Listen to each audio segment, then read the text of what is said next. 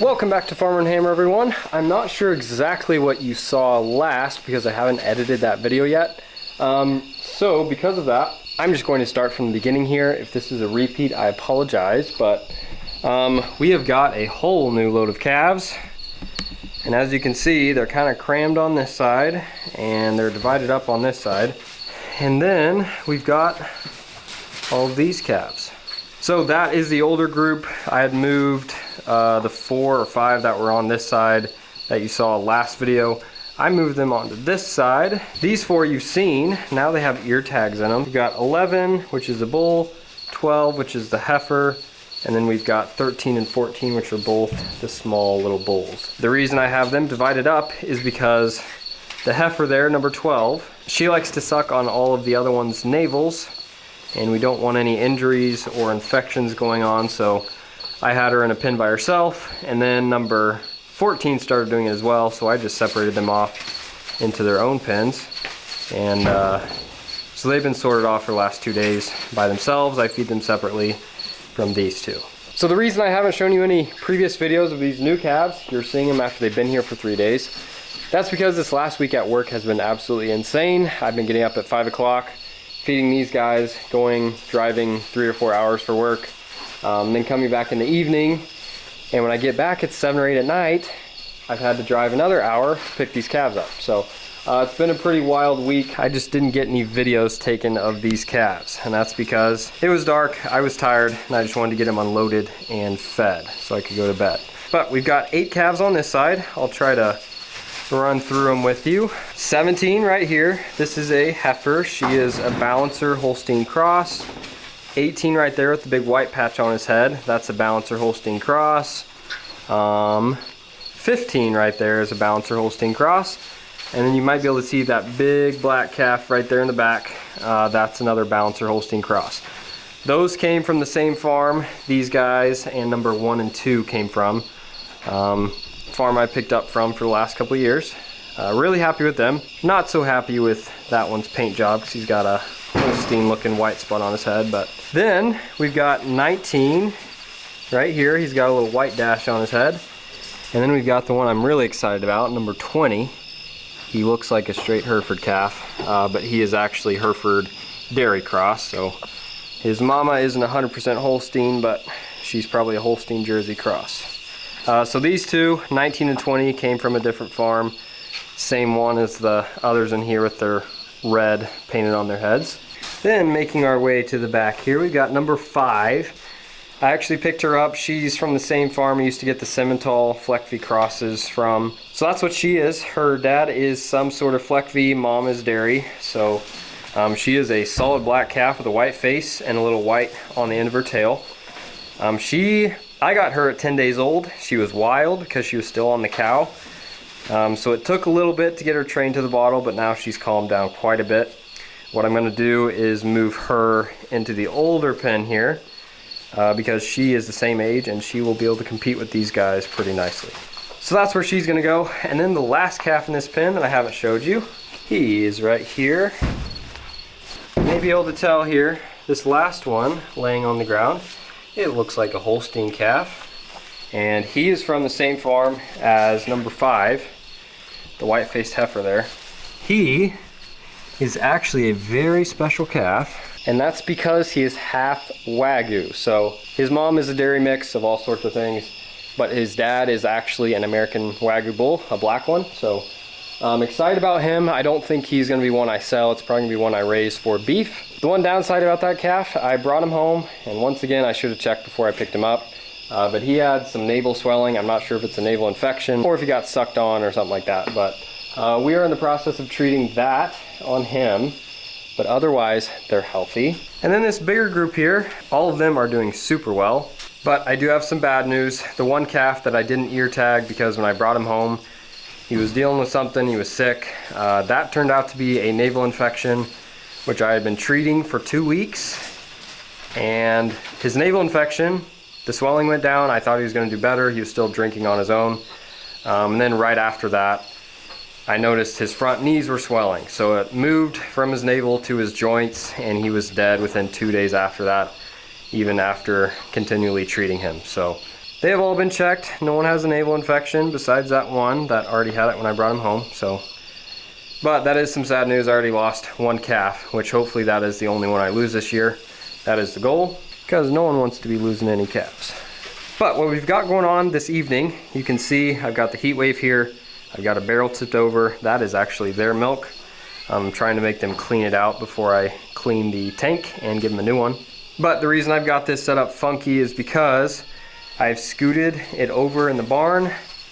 I'm going to get these young calves set up on the Heatwave. I've had them for 3 or 4 days and been making sure they're good enough to drink on their own. So I've got the 2 nipples there. I'm gonna add another 2 nipples here, and that will be 21 calves, 22 calves on this machine here. So that's one thing I've been really cautious about, is introducing calves that are a little hungry to this thing, because if they aren't used to it, they will drink as much as they can possibly drink. And I have gotten a number of questions about the Heatwave, how you can order it here in the US, because it's not a US company. If you guys go into the description of this video and all the other bottle calf videos, I've included a link to the US website, and you should be able to order it from there. These calves are pretty tall compared to the last batch. That might actually work perfect. I think we'll try that there.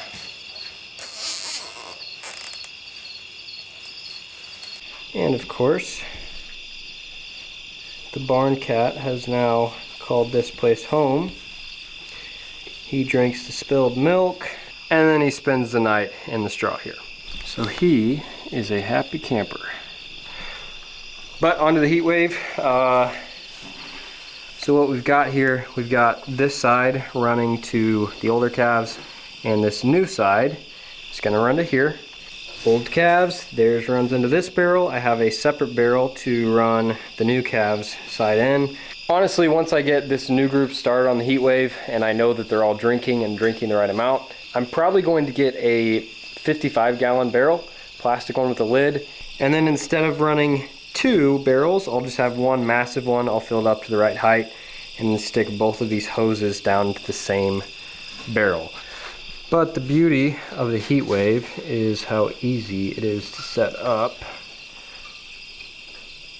I just use zip ties to stick this on here. The older calves, since I cut their zip ties, I ended up putting wire there, but you can pretty much put it wherever you want and then just add your hoses. And this thing is almost ready to go. So I got this bucket full of 6 gallons of cold water, and that's about enough for 10 calves for one feeding. And since they've already been fed tonight, I'm gonna lose count. Since they've already been fed tonight, I don't expect them to actually drink all of this tonight, but they'll use part of it for tomorrow morning's feeding. So, and in all my other older videos, I used to mix all my milk by hand. I'd always seen people use these mixers on drills. I just never purchased one. I've since purchased a cheap little Ryobi cordless drill with multiple batteries, and it came with another saw actually. But then I just got this paint mixer from Lowe's. I think it was like 12 bucks. Since I can change the speed on my drill, I just put it at the highest setting, and I just start mixing, and this thing will have a 6-gallon bucket of milk powder mixed up in seconds. So here we go.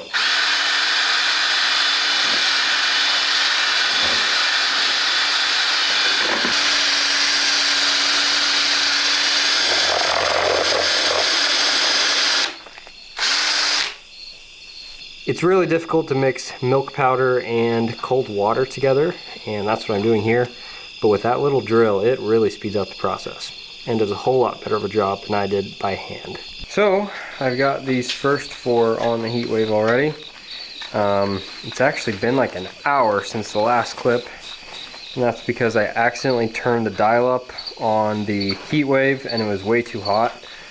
So I turned it down, gave it time to cool off, and then I let these guys try it out. So number 11 found it on its own. Number 12, I had to show her a little bit.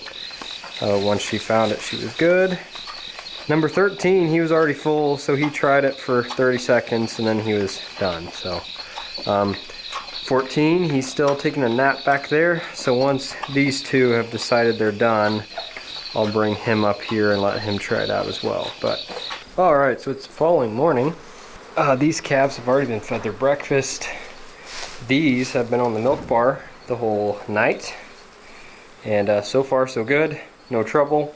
This girl here, she did super well. I moved her in from this other side last night as well, and I'm actually going to move her in with these older calves. And these guys are all tired and they've got their stomachs full, so I'm going to remove this center panel here, let these guys have this whole side of the barn, and then one by one I'll introduce them to the Heatwave there.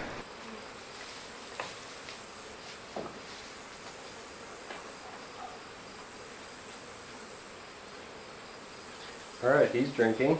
That's a good sign. Didn't take much to get him on there.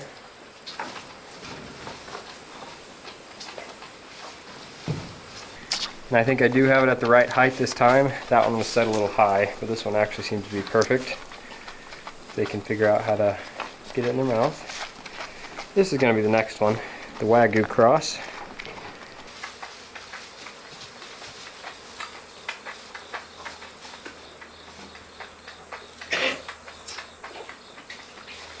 You're done.